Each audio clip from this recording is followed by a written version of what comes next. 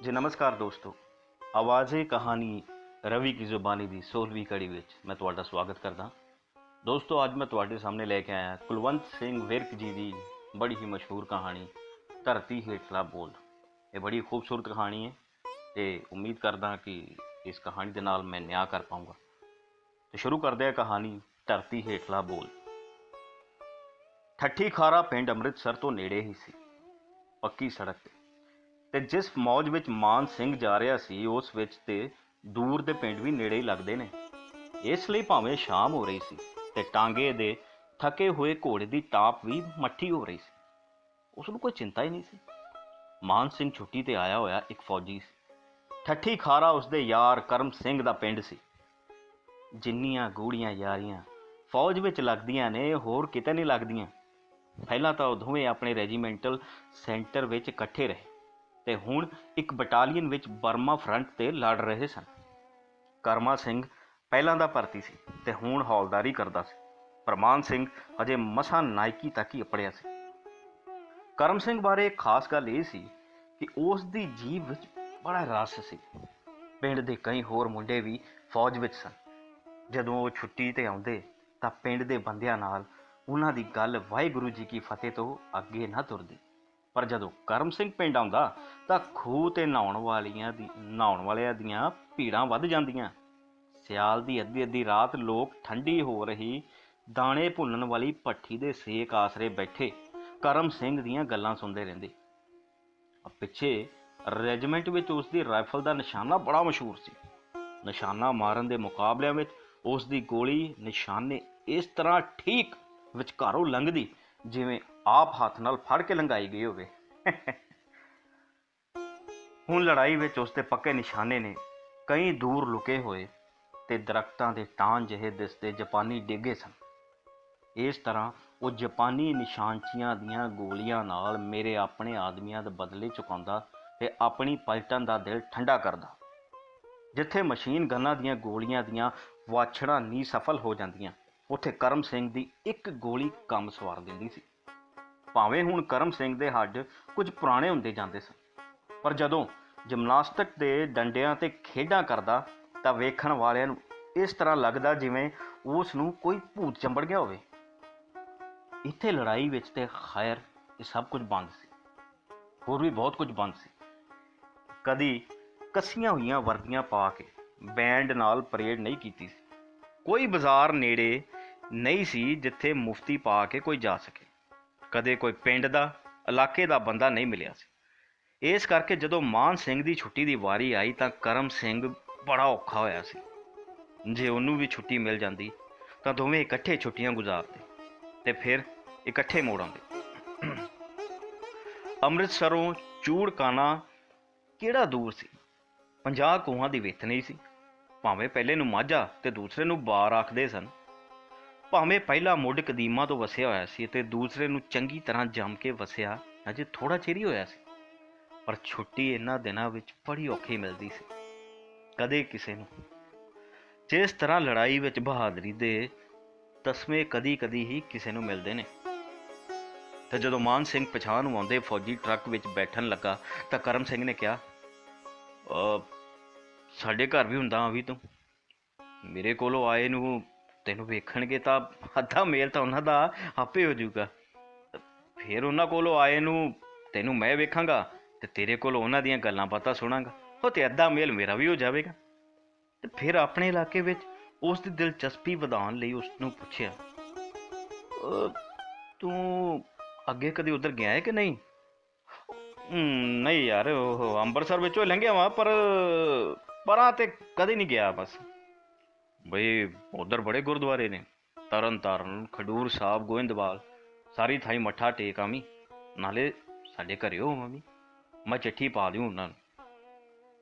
ते इसे करके अपनियां छुट्टियां मुक्कण दे नेड़े अज वो टांगे ते चढ़िया करम सिंह दे पिंड जा रहा सी। बापू जी, मैं मान सिंह आ चुक चूड़खाने।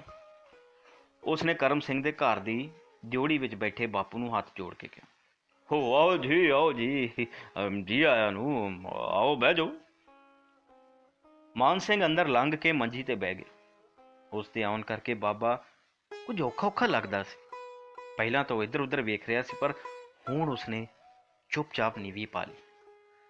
ਮਾਨ ਸਿੰਘ ਕਾਲੇ ਸੁਭਾਅ ਦਾ ਨਹੀਂ ਸੀ, ਪਰ ਆਪਣੀ ਇਸ ਆਓ ਭਗਤ ਤੋਂ ਉਸਨੂੰ ਬੜੀ ਹੈਰਾਨੀ ਹੋਈ ਸੀ। ਹੋ ਸਕਦਾ ਸੀ ਇਹ ਕੋਈ ਓਪਰਾ ਆਦਮੀ ਹੋਵੇ। ਤੁਸੀਂ ਕਰਮ ਸਿੰਘ ਦੇ ਬਾਪ ਹੋ? ਉਸਨੇ ਚੰਗੇਰੀ ਮਿਲਣੀ ਦੀ ਮੰਗ ਕਰਦੇ ਹੋਏ। ਉਹ ਆਹੋ ਜੀ, ਉਹਦਾ ਹੀ ਘਰ ਹੈ ਇਹ। ਉਸ ਮੇਰੇ ਬਾਰੇ ਤੁਹਾਨੂੰ ਕੋਈ ਚਿੱਠੀ ਲਿਖੀ ਸੀ?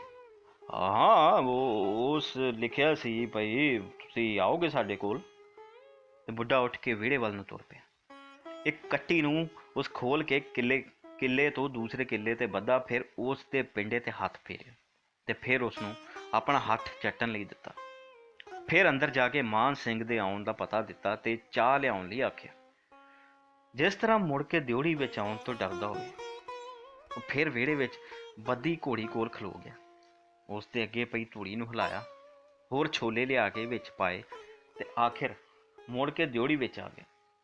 ਬਾਬਾ ਹੁਣ ਕੁਝ ਵਧੇਰੇ ਆਪਣੇ ਆਪ ਵਿੱਚ ਸੀ। ਉਹ ਮਾਨ ਸਿੰਘ ਵੱਲ ਤੇ ਸੱਜੇ ਖੱਬੇ ਵੀ ਝਾਕ ਰਿਹਾ ਸੀ। ਜਸਵੰਤ ਸਿੰਘ ਕਿਵੇਂ ਹੈ ਜੀ? ਮਾਨ ਸਿੰਘ ਨੂੰ ਪਤਾ ਸੀ ਕਿ ਕਰਮ ਸਿੰਘ ਦੇ ਨਿੱਕੇ ਭਰਾ ਦਾ ਨਾਂ ਜਸਵੰਤ ਸਿੰਘ। ਹੁਣੇ ਆ ਜਾਂਦਾ ਏ ਚਰੀ ਦੀ ਗੱਡ ਲੈ ਕੇ। ਇੰਨੇ ਨੂੰ ਕਰਮ ਸਿੰਘ ਦੀ ਬੇਬੇ ਚਾਹ ਲੈ ਕੇ ਆ ਗਈ। ਬੇਬੇ ਜੀ ਸਤਿ ਸ੍ਰੀ ਅਕਾਲ। ਮਾਨ ਸਿੰਘ ਨੇ ਹੱਸਦੀਆਂ ਅੱਖਾਂ ਨਾਲ ਬੁੱਢੀ ਵੱਲ ਵੇਖਿਆ। ਬੁੱਢੀ ਦੇ ਹੋਂਠ ਕੁਝ ਕਹਿਣ ਲਈ ਫਰਕੇ, ਪਰ ਕੋਈ ਅੱਖਰ ਨਾ ਬਣ ਸਕੇ। ਮਾਨ ਸਿੰਘ ਨੇ ਚਾਹ ਵਾਲੀ ਗੜਵੀ ਤੇ ਕੋਲੀ ਉਸ ਦੇ ਹੱਥੋਂ ਫੜ ਲਈ ਤੇ ਉਹ ਵਾਪਸ ਚਲੀ ਗਈ। ਇਹ ਮਜੈਲ ਕਿਸ ਤਰ੍ਹਾਂ ਦੇ ਆਦਮੀ ਨੇ? ਮਾਨ ਸਿੰਘ ਨੇ ਹੈਰਾਨ ਹੋ ਕੇ ਕਿਹਾ। ਆਪਣੇ ਵਿੱਚ ਉਹ ਬੜਾ ਤੰਗ ਸੀ, ਪਰ ਹੁਣ ਇਹ ਘਰ ਆ ਕੇ ਵਾਪਸ ਥੋੜਾ ਜਾ ਸਕਦਾ ਸੀ। ਚਲੋ ਇੱਕ ਰਾਤ ਰਹਿ ਕੇ ਮੁੜ ਚੱਲਾਂਗੇ, ਉਸ ਫੈਸਲਾ ਕੀਤਾ। ਰਾਤ ਨੂੰ ਜਦੋਂ ਜਸਵੰਤ ਸਿੰਘ ਆਇਆ ਤਾਂ ਇਸ ਰੌਣਕ ਵਿੱਚ ਗੱਲਾਂ ਬਾਤਾਂ ਕੁਝ ਖੁੱਲੀਆਂ ਹੋਣ ਲੱਗੀਆਂ। ਬੜੀ ਮਸ਼ਹੂਰ ਹੋਈ ਹੈ ਜੀ ਗੋਲੀ ਕਰਮ ਸਿੰਘ ਦੀ ਉੱਥੇ ਬਰਮਾ ਦੀ ਲੜਾਈ ਵਿੱਚ। ਬਸ ਉਹਦੇ ਘੋੜਾ ਦੱਬਣ ਦੀ ਦੇਰ ਹੁੰਦੀ ਹੈ, ਅੱਖ ਦੇ ਫੇਰ ਵਿੱਚ ਇੱਕ ਜਾਪਾਨੀ ਹੇਠਾਂ ਲੇਟ ਜਾਂਦਾ ਹੈ। ਸਾਨੂੰ ਨਾਲ ਤੁਰਦਿਆਂ ਪਤਾ ਵੀ ਨਹੀਂ ਲੱਗਦਾ ਜੀ ਉਹ ਸਭ ਕਿੱਥੋਂ ਲਿਆ। ਮਾਨ ਸਿੰਘ ਇੱਥੇ ਰੁਕ ਗਿਆ, ਇਸ ਉਮੀਦ ਤੋਂ ਕਿ ਉਹ ਸਾਰੇ ਬਰਮਾ ਦੀ ਲੜਾਈ ਦੀਆਂ ਬਹੁਤ ਸਾਰੀਆਂ ਗੱਲਾਂ ਪੁੱਛਣ। ਉਸ ਦਾ ਅੰਦਰ ਗੱਲਾਂ ਨਾਲ ਭਰਿਆ ਪਿਆ ਸੀ, ਪਰ ਇੱਥੇ ਤਾਂ ਕੁਝ ਸੁਣਦਾ ਹੀ ਨਹੀਂ ਸੀ। ਕੁਝ ਚਿਰ ਇਸ ਨੂੰ ਇਸੇ ਤਰ੍ਹਾਂ ਹੀ ਸੁਣ ਰਹੀ ਤੇ ਫਿਰ ਬੁੱਢੇ ਨੇ ਜਸਵੰਤ ਸਿੰਘ ਨੂੰ ਕਿਹਾ, ਆਪਣੀ ਵਾਰੀ ਕਦੋਂ ਆ ਪਾਣੀ ਦੀ? ਪਰਸੋਂ 3 ਵਜੇ ਸਵੇਰੇ ਲੱਗਣੀ ਹੈ ਬਾਪੂ ਜੀ। 3 ਵਜੇ ਸਵੇਰੇ ਦਾ ਨਾਂ ਸੁਣ ਕੇ ਮਾਨ ਸਿੰਘ ਨੇ ਫਿਰ ਗੱਲ ਛੇੜੀ। ਉਹ ਆਪਣੇ ਯਾਰ ਦੀਆਂ ਰੱਜ ਕੇ ਗੱਲਾਂ ਕਰਨਾ ਚਾਹੁੰਦਾ ਸੀ। ਹੋਰ ਗੱਲ ਤੇ ਗੱਲ, ਕਰਮ ਸਿੰਘ ਪਹਿਰ ਰਾਤ ਉੱਠਣ ਤੋਂ ਤਾਂ ਬਚ ਗਿਆ। ਫੌਜ ਵਿੱਚ ਸਵੇਰੇ ਉੱਠਣ ਦਾ ਬੜਾ ਆਲਸ ਹੈ ਉਹਨੂੰ, ਸਾਰਿਆਂ ਤੋਂ ਪਿੱਛੇ ਉੱਠਦਾ ਹੈ ਉੱਥੇ। ਇਸ ਨਾਲ ਵੀ ਕਿਸੇ ਦਾ ਉਤਸ਼ਾਹ ਨਾ ਜਾਗਿਆ। ਫਿਰ ਰੋਟੀ ਆਈ। ਉਹਨਾਂ ਕਾਫੀ ਉਚੇਚ ਕੀਤਾ ਹੋਇਆ ਸੀ। ਨਾਲ ਨਾਲ ਜਸਵੰਤ ਉਹਨੂੰ ਰੋਟੀ ਖਾਂਦੇ ਨੂੰ ਪੱਖਾ ਚੱਲ ਰਿਹਾ ਸੀ। ਉਸ ਦਾ ਇਹ ਖਿਆਲ ਸੀ ਕਿ ਉਹ ਉਸ ਵੱਲ ਧਿਆਨ ਨਹੀਂ ਦੇ ਰਹੀ ਸੀ। ਦਿਨੋਂ ਨਿਕਲ ਗਿਆ। ਰੋਟੀ ਖਾਂਦਿਆਂ ਖਾਂਦਿਆਂ ਕਰਮ ਸਿੰਘ ਦਾ ਨਿੱਕਾ ਜਿਹਾ ਮੁੰਡਾ ਟੁਰਦਾ ਟੁਰਦਾ ਮਾਨ ਸਿੰਘ ਦੀ ਮੰਜੀ ਕੋਲ ਆ ਗਿਆ। ਜੇ ਉਹ ਹੋਰ ਕਿਸੇ ਨਾਲ ਕਰਮ ਸਿੰਘ ਦੀਆਂ ਗੱਲਾਂ ਨਹੀਂ ਕਰ ਸਕਦਾ ਸੀ ਤਾਂ ਉਹਦੇ ਮੁੰਡੇ ਨਾਲ ਤਾਂ ਕਰ ਸਕਦਾ ਸੀ ਨਾ। ਮਾਨ ਸਿੰਘ ਨੇ ਉਸ ਨੂੰ ਕੁੱਛੜ ਚੁੱਕ ਲਿਆ। ਓਏ ਲੱਲੂ, ਓਏ ਆਪਣੇ ਬਾਪੂ ਕੋਲ ਚੱਲਣਾ ਹੀ ਹੈ? ਜਾਣਾ ਹੀ ਤਾਂ ਚੱਲ ਮੇਰੇ ਨਾਲ। ਬੜਾ ਮੀਂਹ ਪੈਂਦਾ ਉੱਥੇ, ਪਾਣੀ ਵਿੱਚ ਤੁਰਿਆ ਫਿਰੀ, ਛਲਾਂਗਾ ਮਾਰਦਾ ਫਿਰੀ। ਮਾਨ ਸਿੰਘ ਦੀ ਇਹ ਗੱਲ ਬਾਪੂ ਨੂੰ ਸੂਲ ਵਾਂਗ ਚੁੱਕੀ। ਫੜ ਕੇ ਲੈ ਜਾ ਮੁੰਡੇ ਨੂੰ, ਉੱਧਰ ਰੱਖ, ਰੋਟੀ ਤਾਂ ਖਾ ਲੈਂਦਿਆ ਕਰੋ ਆਰਾਮ ਨਾਲ। ਬਾਪੂ ਨੇ ਜ਼ਰਾ ਤੇਜ਼ ਹੋ ਕੇ ਕਿਹਾ ਤੇ ਬੇਬੇ ਆ ਕੇ ਮੁੰਡਾ ਚੁੱਕ ਕੇ ਲੈ ਗਈ।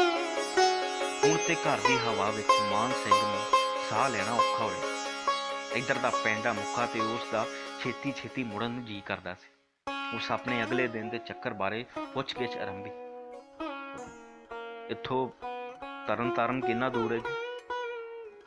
4 ਕੋ ਪਿੰਡ ਹੈ। ਟਾਂਗਾ ਮਿਲ ਜਾਂਦਾ ਹੋਵੇਗਾ ਸਵੇਰੇ ਸਵੇਰੇ ਹੀ। ਟਾਂਗੇ ਟੂੰਗਿਆਂ ਦੀ ਕੋਈ ਫਿਕਰ ਨਾ ਕਰ ਤੂੰ, ਜਸਵੰਤ ਨੂੰ ਤੇਰੇ ਨਾਲ ਕਰ ਲਾਂਗੇ। ਦੋਵੇਂ ਭਰਾ ਇਕੱਠੇ ਮੱਥਾ ਟੇਕ ਆਇਓ ਸਾਰੇ। इस गल ते मान सिंह राजी सी। जसवंत एडा घुटिया होया बंदा नहीं सी, पर मान सिंह ने नाल तुरदिया ते ਉਹ भी कुछ घुटिया ही गया। ਜਿਹੜੇ ਜਾਣੂ ਬੰਦੇ ਉਹਨੂੰ ਰਾਹ ਵਿੱਚ ਮਿਲਦੇ ਉਹ ਉਹਨਾਂ ਨੂੰ ਦੂਰੋਂ ਹੀ ਫਤਿਹ ਬੁਲਾ ਕੇ ਅਗਾਂਹ ਤੁਰ ਪੈਂਦਾ। ਭਾਵੇਂ ਮਾਨ ਸਿੰਘ ਦਾ ਜੀ ਕਰਦਾ ਸੀ ਕਿ ਉਹ ਆਪ ਖਲੋ ਕੇ ਲੋਕਾਂ ਨਾਲ ਗੱਲਬਾਤ ਕਰੇ। ਉਸਨੇ ਕਿਹੜਾ ਰੋਜ਼ ਰੋਜ਼ ਇਸ ਪਾਸੇ ਆਉਣਾ ਹੈ। ਕਰਮ ਸਿੰਘ ਨੇ ਤਾਂ ਬੜਾ ਜਸ ਖੱਟਿਆ ਫੌਜ ਵਿੱਚ, ਤੂੰ ਕਿਉਂ ਨਹੀਂ ਫੌਜ ਵਿੱਚ ਗਿਆ? ਮਾਨ ਸਿੰਘ ਨੇ ਫਿਰ ਕਰਮ ਸਿੰਘ ਨੂੰ ਅੱਗੇ ਲੈ ਆਂਦਾ। ਜਸਵੰਤ ਸਿੰਘ ਇੱਕਦਮ ਇਕੱਠਾ ਹੋ ਗਿਆ, ਜਿਵੇਂ ਕੋਈ ਚੋਰੀ ਕਰਦਾ ਫੜਿਆ ਜਾਂਦਾ ਹੈ। ਕੁਝ ਠਹਿਰ ਕੇ ਉਸਨੇ ਕਿਹਾ, ਇੱਕ ਥੋੜਾ ਹੈ ਫੌਜ ਵਿੱਚ, ਇਹ ਚਰੀਆਂ ਕਮਾਦ ਕਿੱਡੇ ਕਿੱਡੇ ਹੋ ਗਏ ਨੇ ਆਪਣੇ ਵੱਲ। ਇੱਕ ਚਰੀ ਦੀ ਪੈਲੀ ਕੋਲੋਂ ਲੰਘਦੇ ਆ ਜਸਵੰਤ ਨੇ ਗੱਲ ਚਲਾਈ, ਬੰਦੇ ਬੰਦੇ ਜਿੱਡੇ ਖੜੇ ਨੇ। ਪਰ ਉਸਦਾ ਦਿਲ ਇਸ ਗੱਲ ਵਿੱਚ ਨਹੀਂ ਸੀ। ਉਹ ਤੇ ਆਪਣੇ ਯਾਰ ਦੀਆਂ ਗੱਲਾਂ ਕਰਨੀਆਂ ਚਾਹੁੰਦਾ ਸੀ। ਪਿੰਡ ਮੁੜ ਕੇ ਮਾਨ ਸਿੰਘ ਨੂੰ ਪਿਛਾਂਹ ਜਾਣ ਦੀਆਂ ਸਲਾਹਾਂ ਵਿੱਚ ਸੀ। ਅੰਮ੍ਰਿਤਸਰੋਂ ਰਾਤ ਦੀ ਗੱਡੀ ਚੜ੍ਹ ਕੇ ਉਹ ਸਵੇਰੇ ਵੇਲੇ ਫਿਰ ਪਿੰਡ ਅੱਪੜ ਸਕਦਾ ਸੀ। ਭਾਵੇਂ ਆਪੋ ਆਪਣੀ ਥਾਈਂ ਸਾਰਿਆਂ ਨੇ ਉਸ ਲਈ ਕਾਫੀ ਉਚੀਅਤ ਕੀਤੀ ਸੀ, ਪਰ ਉਸ ਨੂੰ ਇਸ ਫੇਰੇ ਦਾ ਉਮੀਦ ਤੋਂ ਬਹੁਤ ਘੱਟ ਸਵਾਦ ਆਇਆ। ਇਸ ਵੇਲੇ ਵੀ ਅੰਦਰ ਉਸ ਲਈ ਚਾਹ ਤਿਆਰ ਹੋ ਰਹੀ ਸੀ। ਜੋੜੀ ਵਿੱਚ ਕੋਈ ਇਕੱਲਾ ਹੀ ਸੀ। ਸਾਹਮਣੇ ਗਲੀ ਵਿੱਚ ਝੋਲਾ ਗਲ ਵਿੱਚ ਲਮਕਾਈ ਡਾਕੀਆ ਤੁਰਿਆ ਹੁੰਦਾ ਸੀ। ਪਹਿਲਾਂ ਤਾਂ ਇਸ ਤਰ੍ਹਾਂ ਲੱਗਾ ਜਿਵੇਂ ਉਹ ਤੁਰਦਾ ਤੁਰਦਾ ਸਿੱਧਾ ਹੀ ਅੱਗੇ ਲੰਘ ਜਾਵੇਗਾ, ਪਰ ਫਿਰ ਉਹ ਦਿਓੜੀ ਵਿੱਚ ਆ ਕੇ ਮੰਜੀ ਤੇ ਬੈਠ ਗਿਆ। ਕੀ ਲਿਆਇਓ ਜੀ? ਉਹ ਲਿਆਉਣਾ ਕੀ ਆ, ਆ ਪੈਨਸ਼ਨ ਆਈ ਹੈ ਵਿਚਾਰੇ ਕਰਮ ਸਿੰਘ ਦੀ। ਕਰਮ ਸਿੰਘ ਦੀ ਪੈਨਸ਼ਨ? ਕਰਮ ਸਿੰਘ ਮਾਰਿਆ ਗਿਆ? ਉਹ ਬਾਦਸ਼ਾਹੋ, ਸਾਰਾ ਇਲਾਕਾ ਤਰਾਸ ਤਰਾਸ ਪਿਆ ਕਰਦਾ ਏ ਤੇ ਤੁਸੀਂ ਉਹਦੇ ਘਰ ਬੈਠੇ ਪੁੱਛਦੇ ਹੋ ਕਰਮ ਸਿੰਘ ਮਾਰਿਆ ਗਿਆ? ਉਹ ਚਿੱਠੀ ਆਇਆ ਤੇ ਅੱਜ 15 ਦਿਨ ਹੋ ਗਏ ਨੇ। ਧੋਖਵਾਰ ਮਾਨ ਸਿੰਘ ਦਾ ਸਾਹ ਕਾਲਾ ਜਿਹਾ ਆਇਆ। ਸਿਰ ਤੇ ਨੱਕ ਤੋਂ ਉਤਲੇ ਹਿੱਸੇ ਦੀ ਇੱਕ ਮੁੱਠ ਜਿਹੀ ਮਿੱਟੀ ਗਈ ਤੇ ਫਿਰ ਅੱਖਾਂ ਰਾਹੀਂ ਪਾਣੀ ਨੁਚੜਨ ਨਾਲ ਢਿੱਲੀ ਹੋਣ ਲੱਗ ਪਈ। ਕਰਮ ਸਿੰਘ ਦਾ ਘਰ ਅੰਦਰ ਗਿਆ ਹੋਇਆ ਉਹਦਾ ਪਿਤਾ, ਉਹਦਾ ਨਿੱਕਾ ਜਿਹਾ ਮੁੰਡਾ ਉਸਨੂੰ ਰੋਣ ਵਿੱਚ ਮਦਦ ਦੇ ਰਹੇ ਸਨ। ਬਾਪੂ ਨੇ ਬਾਹਰੋਂ ਡਾਕੀਆ ਬੈਠਾ ਵੇਖ ਕੇ ਸਮਝ ਲਿਆ ਕਿ ਗੱਲ ਨਿਕਲ ਗਈ। ਹੁਣ ਭਾਰ ਚੁੱਕੀ ਫਿਰਨ ਦੀ ਕੋਈ ਲੋੜ ਨਹੀਂ ਸੀ। ਅੱਠਾਂ ਪੈਰਾਂ ਦਾ ਦਬਾਅ ਢਿੱਲਾ ਹੋਇਆ ਤੇ ਅਥਰੂ ਵਗ ਤੁਰੇ। ਦੋਵੇਂ ਢੇਰ ਚਿਰ ਕੋਲ ਕੋਲ ਬੈਠੇ ਆਪਣੇ ਆਪ ਨੂੰ ਹੌਲਾ ਕਰਦੇ ਰਹੇ। ਫਿਰ ਮਾਨ ਸਿੰਘ ਬੋਲਿਆ, ਤੁਸੀਂ ਮੈਨੂੰ ਆਉਂਦੇ ਕਿਉਂ ਨਹੀਂ ਦੱਸਿਆ?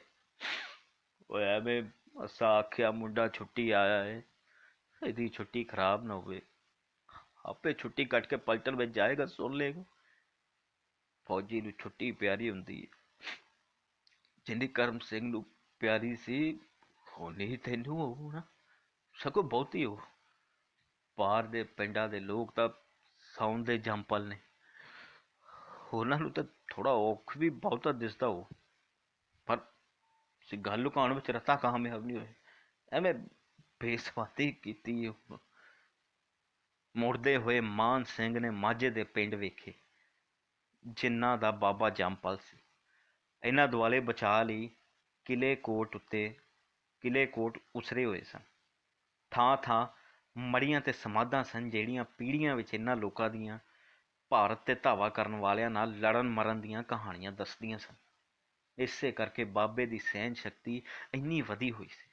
ਉਹ ਦੂਜਿਆਂ ਨੂੰ ਹੌਲਾ ਰੱਖਣ ਲਈ ਆਪ ਹੋਰ ਭਾਰ ਚੁੱਕਣਾ ਚਾਹੁੰਦਾ ਸੀ। ਮਾਨ ਸਿੰਘ ਨੇ ਸੁਣਿਆ ਹੋਇਆ ਸੀ ਕਿ ਇੱਕ ਧੌਲ ਹੈ ਜੋ ਆਪਣੇ ਸਿਰਾਂ ਤੇ ਸਾਰੀ ਧਰਤੀ ਦਾ ਭਾਰ ਚੁੱਕ ਕੇ ਖੜਾ ਰਹਿੰਦਾ, ਯਾਨੀ ਕਿ ਇੱਕ ਬਲਦ ਹੈ ਜਿਹੜਾ ਆਪਣੇ ਸਿੰਘਾਂ ਤੇ ਇਹ ਸਾਰੀ ਧਰਤੀ ਦਾ ਭਾਰ ਚੁੱਕੀ ਖੜਾ ਹੋਇਆ। ਉਸ ਨੂੰ ਇਸ ਤਰ੍ਹਾਂ ਲੱਗਾ ਜਿਵੇਂ ਕਰਮ ਸਿੰਘ ਦਾ ਪਿਤਾ ਉਹੀ ਬਲਦ ਜਿਹੜਾ ਭਾਰ ਥੱਲੇ ਦੱਬਿਆ ਹੋਣ ਪਿੱਛੋਂ ਵੀ ਲੋਕਾਂ ਦਾ ਭਾਰ ਚੁੱਕਣਾ ਚਾਹੁੰਦਾ ਸੀ।